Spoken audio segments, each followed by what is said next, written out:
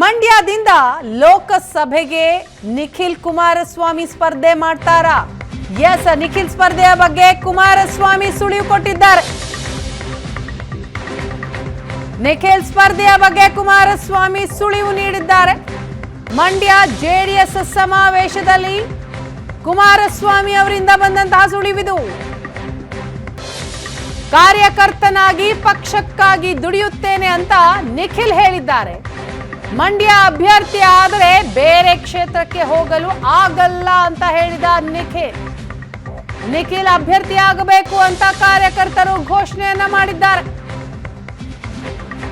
ನಿಮ್ಮ ಆಸೆಗೆ ಮತ್ತೆ ಧಕ್ಕೆ ತರಲ್ಲ ಅಂತ ಕುಮಾರಸ್ವಾಮಿ ಹೇಳೋದ್ರ ಮುಖಾಂತರ ನಿಖಿಲ್ ಸ್ಪರ್ಧೆ ಮಾಡ್ತಾರಾ?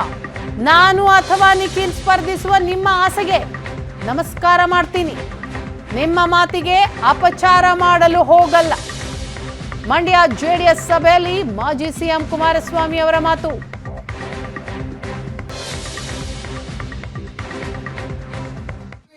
ಇವತ್ತು ನಾನು ಮಂಡ್ಯ ಲೋಕಸಭಾ ಕ್ಷೇತ್ರದ ಅಭ್ಯರ್ಥಿ ಆದರೆ ನಾನು ಬೇರೆ ಕ್ಷೇತ್ರಗಳಿಗೆ ಓಡಾಟ ಮಾಡ್ಲಿಕ್ಕೆ ಆಗೋದಿಲ್ಲ.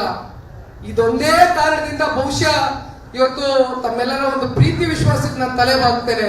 ನಿಮ್ ಜೊತೆ ನಾನು ಇರ್ತೇನಣ್ಣ, ನಾನು ಎಲ್ಲೂ ಆಗೋದಿಲ್ಲ.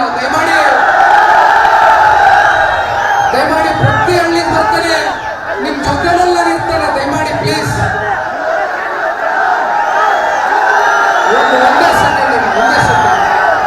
ಒಂದೇ ಸೆಕೆಂಡ್ ತಾಳ್ಮೆಯಿಂದ ಒಂದೇ ನಿಮಿಷ.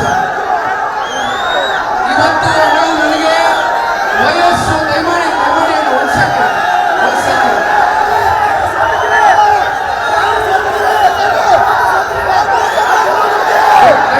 ಎರಡು ನಿಮಿಷ ಮಾತಾಡಿ ಮುಗಿಸ್ತೇನೆ.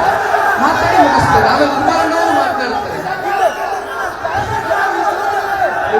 ನನಗೆ ಕೇಳೋಣ ಇಲ್ಲಿ ಒಂದೇ ಸೆಕೆಂಡ್. ಹಾಗಾಗಿ ಇವತ್ತು ನಾನು ಮಂಡ್ಯ ಲೋಕಸಭಾ ದಯವಿಟ್ಟು ಕಾರ್ಯಕರ್ತ ಬಂಧುಗಳಿಗೆ ಒಂದೇ ನಿಮಿಷ ದಯವಿಟ್ಟು ಸಭೆನ ಬಹಳ ಸ್ಫೂರ್ತಿಯಾಗಿ ನಡೆಸ್ಕೊಡ್ತಾ ಇದ್ದೀರಿ. ನಿಮ್ಮ ಆಸೆಗೆ ಧಕ್ಕೆ ತರಲ್ಲ. ದಯವಿಟ್ಟು ಕಾರ್ಯಕರ್ತ ಬಂಧುಗಳಿಗೆ ಒಂದೇ ನಿಮಿಷ